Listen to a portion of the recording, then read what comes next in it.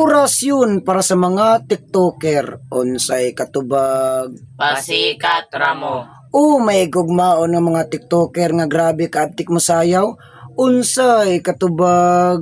Pasikat ramo. Ug naa na gani bagong trend sayawon dayon. Unsay katubag. Pasikat ramo. TikTok diri, TikTok didto. Unsay katubag. Pasikat ramo. TikTok karon, TikTok ugma hangtod sa kangturan mag TikTok gihapon. Unsay katubag. Pasikat ramo. Ug na nagali trend nga TikTok matik sayawon na dayon. Unsay katubag. Pasikat ramo. Sa mga TikToker nga bisag asa ibutang mag TikTok gihapon.